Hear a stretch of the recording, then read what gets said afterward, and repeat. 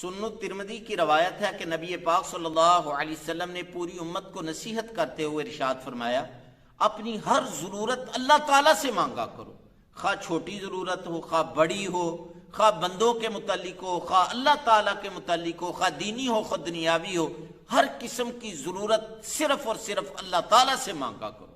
یہاں تک کہ ایک معمولی سی چیز نمک ہے، اس کی بھی تمہیں ضرورت پڑے تو اللہ تعالیٰ سے مانگا کرو۔ یہاں تک کہ جوتی کا تسمہ ٹوٹ جائے تو وہ بھی صرف اور صرف اللہ تعالیٰ سے مانگا کرو۔ اور خود نبی پاک صلی اللہ علیہ وسلم کا بھی یہی معمول تھا کہ آپ صلی اللہ علیہ وسلم کو کوئی ضرورت پیش آ جاتی، کوئی اہم معاملہ پیش آ جاتا تو فوراً اللہ تعالیٰ کی طرف رجوع کرتے، جیسا کہ سنن ابی داؤد کی روایت ہے، نبی علیہ السلام کے متعلق منقول ہے، کان نبی صلی اللہ علیہ وآلہ وسلم اذا حازبہ امر صلی، نبی پاک صلی اللہ علیہ وسلم کو جب کوئی اہم معاملہ پیش آ جاتا، کوئی ضرورت پیش آتی، کوئی تشویشناک معاملہ پیش آتا، صلی نبی علیہ السلام نماز پڑھتے اور اللہ تعالیٰ سے مدد مانگتے، اللہ تعالیٰ کی طرف رجوع کرتے۔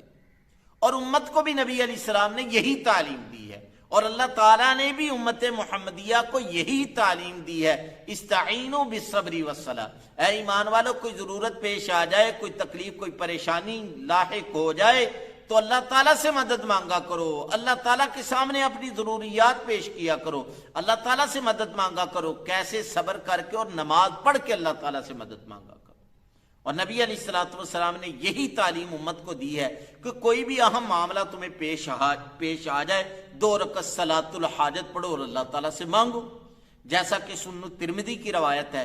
اسی طرح سنن ابن ماجہ کی روایت ہے، نبی علیہ الصلوۃ والسلام نے ارشاد فرمایا کہ جب تم میں سے کسی کو کوئی ضرورت پیش آ جائے، خواہ وہ اللہ تعالیٰ کے متعلق ہو، خواہ وہ بندوں کے متعلق ہو، تو وہ کیا کرے؟ اچھے طریقے سے وضو کرے، وضو کرنے کے بعد 2 رکعت صلاۃ الحاجت کی نیت سے پڑھے، اور کتنی؟ 2 رکعتیں، بعض کتابوں کے اندر 4 ہیں، بعض کتابوں کے اندر 12 رکعات بھی ہیں۔ خیر اس حدیث کے اندر کتنی رکعتوں کا ذکر ہے؟ 2، تو آپ 2 رکعات پڑھیے۔ اور پھر اس کے اندر ہے، یہ نہیں بتایا گیا کہ پہلی رکعت کے اندر یہ ہے، دوسری رکعت کے اندر یہ ہے، عام جس طرح 2 نفل پڑھتے ہیں اس طریقے سے پڑھیے۔ اب بعض کتابوں کے اندر بڑا مشکل کر کے لکھ دیا جاتا ہے تاکہ کوئی آئے ہی نہ اس قریب، اللہ تعالیٰ معاف فرمائے۔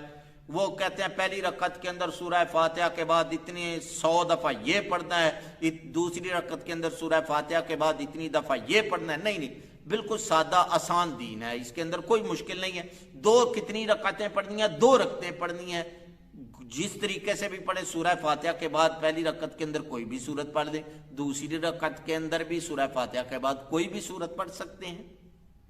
2 رکعت نماز صلاۃ الحاجت کی نیت سے ادا کرے، اور پھر اللہ تعالیٰ کی حمد ثنا بیان کرے، اللہ تعالیٰ کی تعریف پاکی بیان کرے، اور اس کے بعد درود شریف پڑھے، اور اس کے بعد یہ دعا نبی علیہ السلام نے جو تعلیم دی ہے جس دعا کی، یہ ہے لا الہ الا اللہ الحلیم الکریم، سبحان اللہ رب العرش العظیم، الحمد للہ رب العالمین، اسألک موجبات رحمتک وعزائم مغفرتک والغنیمة من كل بر والسلامة من كل اسم لا تدع لي ذنبا الا غفرته ولا هما الا فرجته ولا حاجة هي لك رضا الا قضيتها يا ارحم الراحمین۔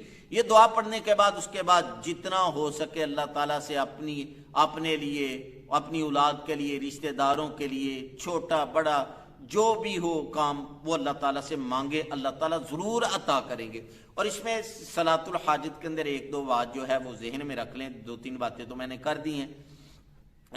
یہ ہے کہ اس کے لیے وہی شرائط ہیں جو عام نماز کے لیے ہیں، یعنی جسم کا، بدن کا پاک ہونا، کپڑوں کا پاک ہونا، جگہ کا پاک ہونا، نماز کا وقت کا ہونا۔